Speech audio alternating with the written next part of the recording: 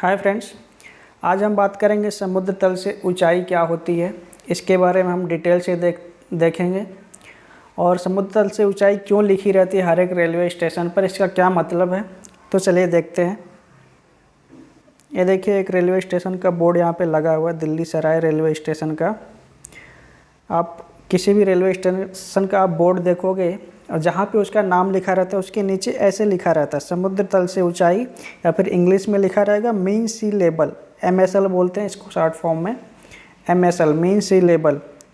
और यहाँ पे कुछ नंबर्स लिखे रहते हैं, 200 मीटर 100 मीटर जो भी है वो लिखा रहता है। तो हर एक रेलवे स्टेशन पर ये लिखा रहेगा आपको समुद्र तल से ऊंचाई। तो ये क्यों लिखा रहता है, इसका क्या मतलब है, चलिए हम डिटेल से जानते हैं। मैंने पूरा का पूरा इसमें टाइप कर दिया है, तो आप उसको पढ़ भी सकते हैं, PDF में ग्रुप में दे दूंगा। ठीक है, देखिए हम जानते हैं कि पृथ्वी गोल है, जिसके कारण पृथ्वी की सतह पर थोड़ा थोड़ा कर्व आता है। पृथ्वी क्या है, ऐसे गोल है, तो पृथ्वी की क्या है, एक कर्व है, ऐसे प्लेन नहीं है, ये ऐसे घूम के ऐसे कर्व है। ठीक है, तो वही बोला, कर्व आता है। अतः दुनिया को पृथ्वी की सतह से नापने के लिए एक ऐसे पॉइंट की ज़रूरत थी जो हमेशा एक समान रहे, और समुद्र से बेहतर ऐसा कुछ भी नहीं था। ठीक है, अभी आप बर्तन कैसा भी हो या फिर कैसा भी तालाब हो, किसी भी शेप का हो, लेकिन जो पानी होता है ना, पानी का क्या रहता है, लेवल समान रहता है। पानी का जो लेवल रहेगा वो ऐसे ही समान रहेगा, पानी कभी ऐसे नहीं रहेगा, वो ऐसे रहेगा। ठीक है,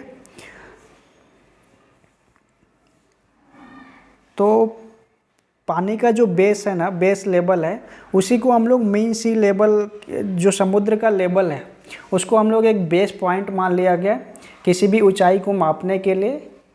ये जो लेवल है एकदम परफेक्ट है, इसमें कभी कम ज़्यादा नहीं मिलेगा आपको, हमेशा बराबर मिलेगा। जो समुद्र का लेवल है वो हमेशा बराबर रहेगा।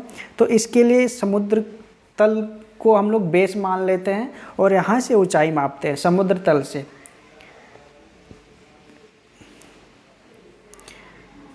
तो अभी जो रेलवे स्टेशन पर जब लिखा रहता है समुद्र तल से ऊंचाई, तो उससे क्या इंडिकेशन होता है, देखिए यहाँ पे यह केवल ट्रेन के गार्ड और ड्राइवर के लिए होती है।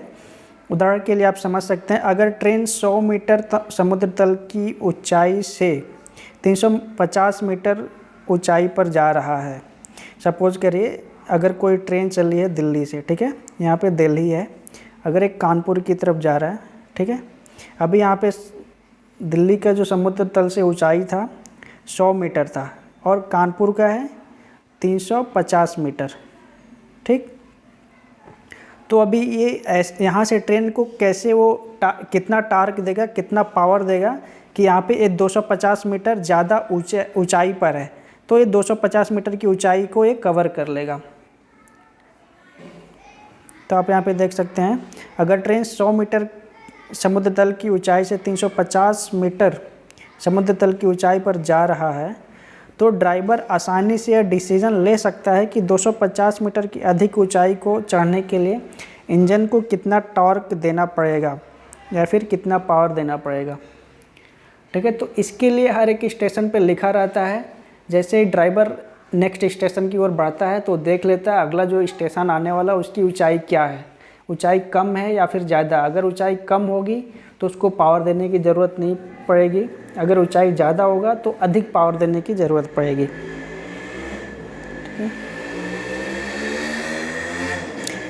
इसी प्रकार अगर ये ट्रेन नीचे की ओर जाएगी तो ड्राइवर को कितना फ्रिक्शन लगाना होगा, यानी कि कितना ब्रेक लगाना होगा, कि ड्राइवर को कितनी स्पीड बनाए रखने की ज़रूरत पड़ेगी। इसके लिए ये समुद्र तल की ऊंचाई को लिखना ज़रूरी होता है। इसके अलावा इसकी मदद से ट्रेन के ऊपर लगे बिजली के तारों को एक समान ऊंचाई देने में भी मदद मिलती है, जिससे वो हर समय टच होते रहें। जो ट्रेन के ऊपर पेंटोग्राफ होता है ना, इलेक्ट्रिक ट्रेन होती है ना जो, तो उसके ऊपर एक केबल रहता है, वो हमेशा टच होना चाहिए। तो उसमें भी समुद्र तल से ऊंचाई से मदद मिलता है।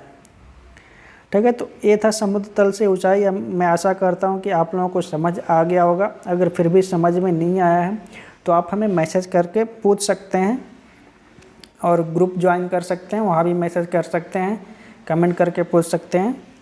ठीक है, तो हर एक स्टेशन पे आपको मीन सी लेवल लिखा हुआ मिलेगा, समुद्र तल से ऊंचाई। तो मिलते हैं नेक्स्ट वीडियो में। Thanks for watching.